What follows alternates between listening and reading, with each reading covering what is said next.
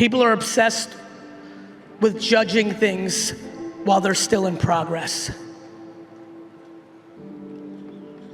People are obsessed with judging things while they're still in progress. V-Friends is a baby. You don't judge a man at 2.5 years old.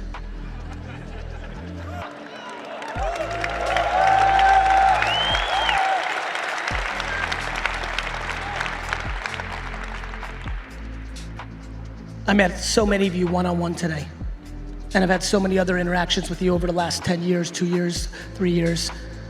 I judge none of you. I judge absolutely none of you. Every one of us is on our journey. There will be good years, there will be bad years. This year I saw a lot of you for the second year, and some of you accomplished the things you said to me you were gonna do last year at VCon. Others were on a path to accomplishing it, but a tragedy in their actual life stopped them. Others couldn't even start the progress because the day they got back after VCon, the high came down and real life took over. My friends, so many of you are judging others while they're still a work in progress. And the one that you're judging the most is yourself. If I could somehow get this community over the next 40 years to stop judging themselves and start being a friend to themselves, everything, and I mean everything, will change. I am a more fortunate man than most because of my circumstance. I started further along, not because of anything other than the emotional infrastructure I had with my DNA, my parents, and my circumstance. Yet I have plenty of things to continue to work on and have worked on. We're all on our journey. You must stop judging yourself. I think way too many people have lost the work-life balance before it even started because they're gonna be critical on themselves regardless of it, right? It's so hard to balance. And so for me, I just know I'm doing the best that I can. And if I'm doing the best that I can, that in itself has put me in a position to succeed. And some days that means that I have to choose my family time on a Friday night, or Sunday morning, an executive ran into me on Saturday and asked me to meet for coffee and wanted to jam, and I just couldn't. You know, I couldn't because of the family time, right? And so that's the family being chosen. Other times I'm, flying and speaking somewhere or having a big meeting, and I'm missing, some sort of like school function that I don't want to miss. And that's the other way. And the truth is, I just don't beat myself up. All of us are trying the best we can. And so as long as, nothing is glaring, and to me, glaring is the following.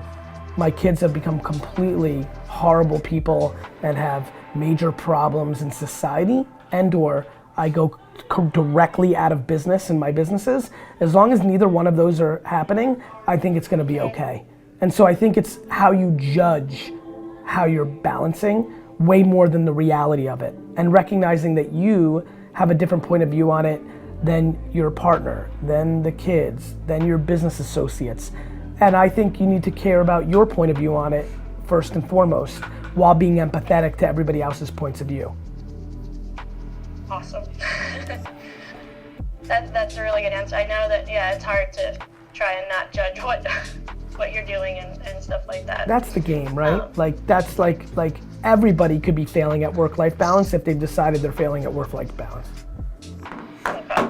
So as long as you're not, as long as your spouse or your partner isn't saying I want to break up or get a divorce, and as long as your kids aren't like eating pine tar, and as long as your banks aren't coming to foreclose your business, you're gonna be okay. And I think people are freaking out. Like, I didn't even see my dad until I was 15, and I love him and we have the best relationship. Like, there are people who've had their fathers walk out on their family and they didn't see him for 15 years, and now they have great relationships because they've reconciled. Like, people are way too judgmental and overanalyzing work-life balance in today's modern PR society.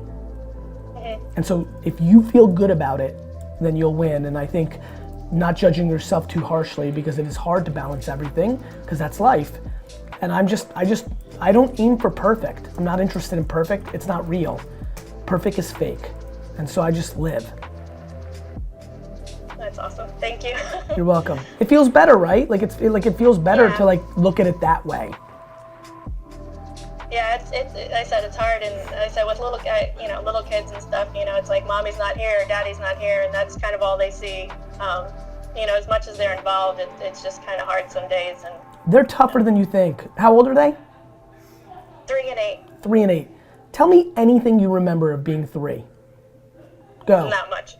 Interesting. Just being in a hospital. That's right. about it. And you know what? When you really like as long as you're counterbalancing it with love, and one of the biggest things, all these parents judging people, meanwhile, they're around because they work 9 to 5, but if they're not deploying love and are in it from 5 to 9 every night and on the weekend, what are they really accomplishing? Just because you're there doesn't mean you're there. Right. So you do have your family, like you said, when you have your family time, you just kind of say, that's family time, and that's kind of non-negotiable. Yeah, and that might be different times, but. Yes, and sometimes it, most of the time it works out, but sometimes it doesn't, right? Like sometimes I can get distracted, and I'm just not willing to beat myself up if I decided to go down a rabbit hole for an hour on a Sunday when I should have been all in on the family. It's just gonna happen. Like Right. This is about not beating yourself up and knowing where your intent and your efforts are, and also knowing life's a long game. So in 2-3 years, when I'm taking my kids on business trips and traveling with them and showing them the world, like that's where the benefits have come from some of the sacrifices. And I don't know, I think everybody, if they had the option of, would you rather have had your parents around every minute from 1 to 5, but not be able to do all these amazing experiences with them from 11 to 18?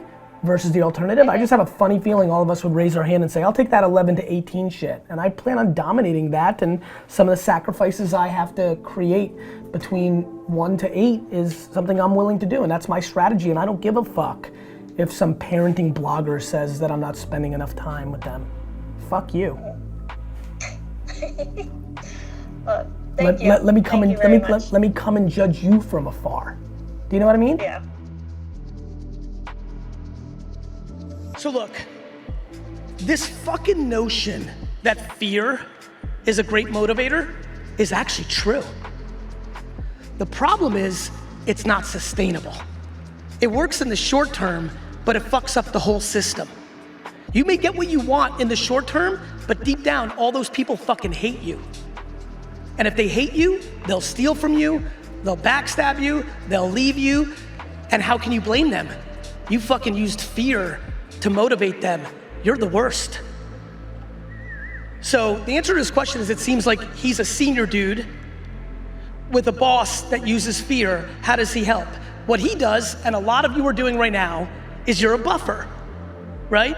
You eat the shit from him, but you try to make it good for your little crew. How many people right now are in a corporate or business environment where the ultimate boss drives fear, and you're trying to be the middle person to balance it, to protect them, but you're eating the shit from the boss? Clap your hands.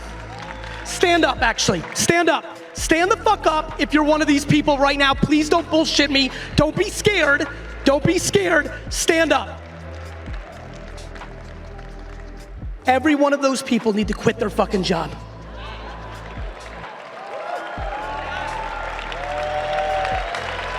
Thank you. You can sit. Now, easy for me to say all fancy on this fucking stage. What I'd probably do first is have one real kind, candor conversation. Hey boss, I've been here for 3 years, 2 years, 6 months, 9 years. This is the real situation. This is it. You're scaring people, I'm trying to make it, but it's wearing on me. It's not sustainable. It's not my business. Are you capable of adjusting to this? Maybe I'm the first person ever telling you this. Maybe you don't even see it. Maybe you were trained by fear, the grandparent thing. But you have to have one conversation and then see if it does anything. All of you should be having one real conversation, kind candor, right? You don't have to be mean to your boss. Have empathy for your boss in that situation. Maybe that's how they got it trained to build what they want, but you need to have it. You need to have it, and you need to see what happens.